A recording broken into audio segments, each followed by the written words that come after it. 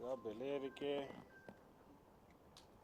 ವಿಚಾರದಲ್ಲಿ ಹಾಲಿನ ದರದಲ್ಲಿ ಭಾಳಷ್ಟು ಜನಕ್ಕೆ ಕನ್ಫ್ಯೂಷನ್ ಇರುವಂಥದ್ದು.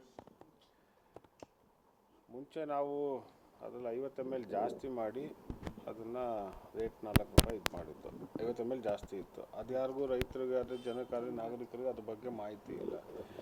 ಈಗ ನಾವೇನು 4 ರೂಪಾಯಿ ಜಾಸ್ತಿ ಮಾಡಿದ್ವಿ ಅಂತ ಹೇಳ್ತೀವಿ, ಅದು ಡೈರೆಕ್ಟ್ ಯಾರು ರೈತ ಇದ್ದಾನೆ ಹಾಲು ಕರೆಯುವಂಥ ಅವ್ನಿಗೆ ಹೋಗುತ್ತದೆ, ಆ ರೈತನಿಗೆ ಹೋಗುವಂಥದ್ದು. ಅದೆಲ್ಲಿ ಸರ್ಕಾರಕ್ಕೆ ದುಡ್ಡು ಬರುತ್ತೆ ಅಂತ ಅಂದ್ಕೊಂಡಿದ್ರೆ ಸುಳ್ಳದು. ಅದೇನು 4 ರೂಪಾಯಿ ಈಗ ನಾವು ಅಡಿಷನ್ ಆಗಿ ಮಾಡಿದ್ದಾರೆ ಸರ್ಕಾರದಿಂದ, ಅದು ಡೈರೆಕ್ಟಾಗಿ ಹೋಗುವಂಥದ್ದು ಯಾರಿಗೆ ಹಾಲು ಕರೆಯುವಂಥವ್ನಿಗೆ. ಈಗ ಬೆಲೆ ಏರಿಕೆ ಅಂತ ಮಾತಾಡುವಂಥ ವಿರೋಧ ಪಕ್ಷದವರು ಇವತ್ತು ಎಲ್ಲಿದೆಯಪ್ಪ ಡೀಸೆಲ್ ಪೆಟ್ರೋಲ್ ರೇಟ್, ಯಾರು ಇದರಲ್ಲಿ ರೇಟ್ ಆಗಿರುವಂಥದ್ದು? ಇವತ್ತು ಡಾಲರ್ ರೇಟ್ ಎಷ್ಟಿದೆ, ಚಿನ್ನದ ರೇಟ್ ಎಷ್ಟಿದೆ, ಅದ್ರ ಬಗ್ಗೆ ಅವ್ರು ಯಾರೂ ಮಾತಾಡೋದಿಲ್ಲ, ಹೌದಲ್ಲ? ಈಗ ಅದು 9,000 ರೂಪಾಯಿ ಇರಬೇಕು ಗೋಲ್ಡ್ ರೇಟ್, 100 ರೂಪಾಯಿ ದಾಟಿದೆ ಈಗಾಗಲೇ ಪೆಟ್ರೋಲ್ ರೇಟ್, ಡೀಸೆಲ್ ಈಗಾಗಲೇ 90 ರೂಪಾಯಿ ಇದೆ. ಅದ್ರ ಬಗ್ಗೆ ಕೇಂದ್ರ ಸರ್ಕಾರದ ಬಗ್ಗೆ ಅವ್ರು ಯಾರು ಮಾತಾಡೋದಕ್ಕೆ ಹೋಗೋದಿಲ್ಲ.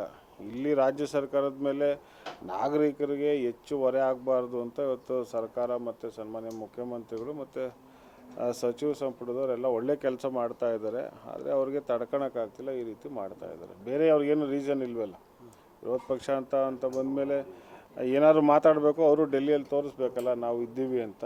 ಸೊ ರಾಜ್ಯದ ಜನಕ್ಕೆ ತೋರಿಸ್ಬೇಕು ನಾವು ಇದ್ದೀವಿ, ಇನ್ನು ಚಲಾವಣೆಯಲ್ಲಿ ಇದ್ದೀವಿ ಅಂತ. ಅದರಿಂದ ಈ ಥರ ಪ್ರತಿಭಟನೆಗಳು ಮಾಡ್ತಾ ಇದ್ದಾರೆ. ಫ್ರೀ ಬೀಸಿಂದಾಗಿ ಎಲ್ಲೋ ಒಂದು ಕಡೆ ರಾಜ್ಯ ಸರ್ಕಾರ ದಿವಾಳಿ ಆಗಿದೆ ಅಂತಕ್ಕಂಥ ಒಂದಷ್ಟು ಮಾತುಗಳು ಕೇಳಿ ಬರ್ತಾ ಇದೆ. ದಿವಾಳಿ ಎಲ್ಲಾಗಿದೆ? 2 ವರ್ಷದಿಂದನೂ ದುಡ್ಡು ಕೊಡ್ತಾನೆ ಇದ್ದೀವಲ್ಲ. ಸಂಕಷ್ಟಕ್ಕೆ ಏನು ಸರಿಯಾದ ಅಭಿವೃದ್ಧಿ ಕೆಲಸ ಈಗ ಅಭಿವೃದ್ಧಿ ಆಗ್ತಾ ಇದೆ, ಎಲ್ಲ ಆಗಿಲ್ಲಪ್ಪ. ಯಾವ್ದಾರು ಈಗ ಕೊಡ್ತಾ ಇರೋಂಥ ಅನುದಾನದಲ್ಲಿ ಸ್ವಲ್ಪ ಕಡಿತ ಆಗಿರ್ಬೋದು ಬಿಟ್ಟರೆ ಎಲ್ಲೂ ಕೊಟ್ಟೇ ಇಲ್ಲ ಅಂತೇಳಿ. ಈಗ ರಾಜ್ಯ ಸರ್ಕಾರದಲ್ಲಿ ಈಗ ಮೊನ್ನೆ ಬಜೆಟಲ್ಲಿ ಮುಖ್ಯಮಂತ್ರಿಗಳು 8,000 ಕೋಟಿ ಅಡಿಷನ್ ಆಗಿ ದುಡ್ಡು ಇಟ್ಟಿದ್ದಾರೆ. 8,000 ಕೋಟಿ ಎಲ್ಲ ಶಾಸಕಗಳು ಕೊಡಬೇಕು ಅಂತ ದುಡ್ಡು ಇಟ್ಟಿರುವಂಥದ್ದು. ಅದು ಅಭಿವೃದ್ಧಿಗೆ ತಾನೇ ಇಟ್ಟಿರುವಂಥದ್ದು. ಆಮೇಲೆ ಬೇರೆ ಬೇರೆ ಈಗ SCPT ವರ್ಕ್ ಇರ್ಬೋದು ಅಥವಾ ಬೇರೆ ಬೇರೆ ಇಲಾಖೆ ವರ್ಕ್ಗಳು ಇರ್ಬೋದು, ಅದೆಲ್ಲ ಕೆಲಸಗಳು ಆಗ್ತಾಯಿದೆ. ಅದ್ರ ಜೊತೆಗೆ ಈಗ ನಮ್ಮ ಭಾಗ್ಯಗಳೇನಿದೆ ಆ ಭಾಗ್ಯಕ್ಕೂ ದುಡ್ಡು ಒದಗಿಸಿದ್ದಾರೆ.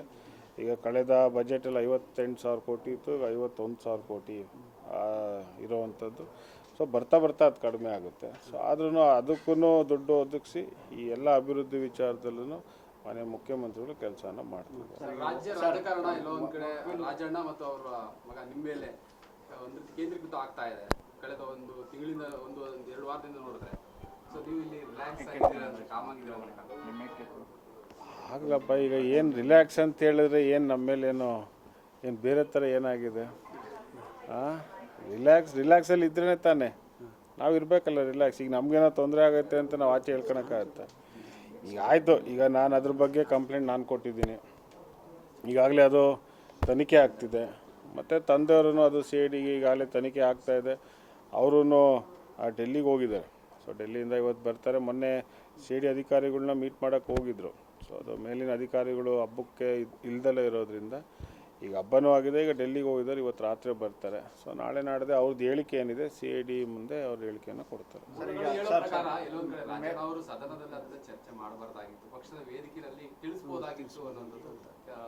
ನೋಡಿ, ಸದನದಲ್ಲಿ ಆಗುವಂಥ ಚರ್ಚೆ ಅಲ್ಲಿ ಅವ್ರ ಹೆಸರು ತಗೊಂಡ್ರು.